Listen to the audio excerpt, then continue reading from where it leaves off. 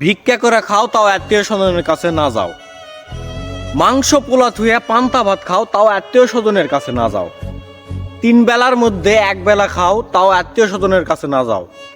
খিদার জ্বালায় ছটপটা তুমি মরে যাও তাও আত্মীয় স্বজনের কাছে না যাও। এই কথাটা তুমি তখনই বুঝা পারবেন যখন তোমার বয়স 17-18 পার হবে, তখনই তুমি এই কথাটার মানে বুঝা পারবেন। বন্ধু বান্ধব আত্মীয় স্বজন ভাই ব্রাদার যা আছে যাবতীয়, তুমি গরিব তুমি অসহায়, সেই সময় তুমি খালি তারকে দিকে একটা বার তাকাবি না, একটা বার তারকে চোখে মুখে কতটা রাগ, কতটা অভিমান, কতটা ক্ষোভ জমা আছে, এই জিনিসটা তুমি তখন দেখে পাবেন। কারণ বর্তমান যে সময়, বর্তমান যে জেনারেশন, তোমার কাছে টাকা আছে মানে তোমার কাছে সব কিছু আছে, তুমি সব জায়গায় যাবেন, মান সম্মান মূল্য সব পাবেন।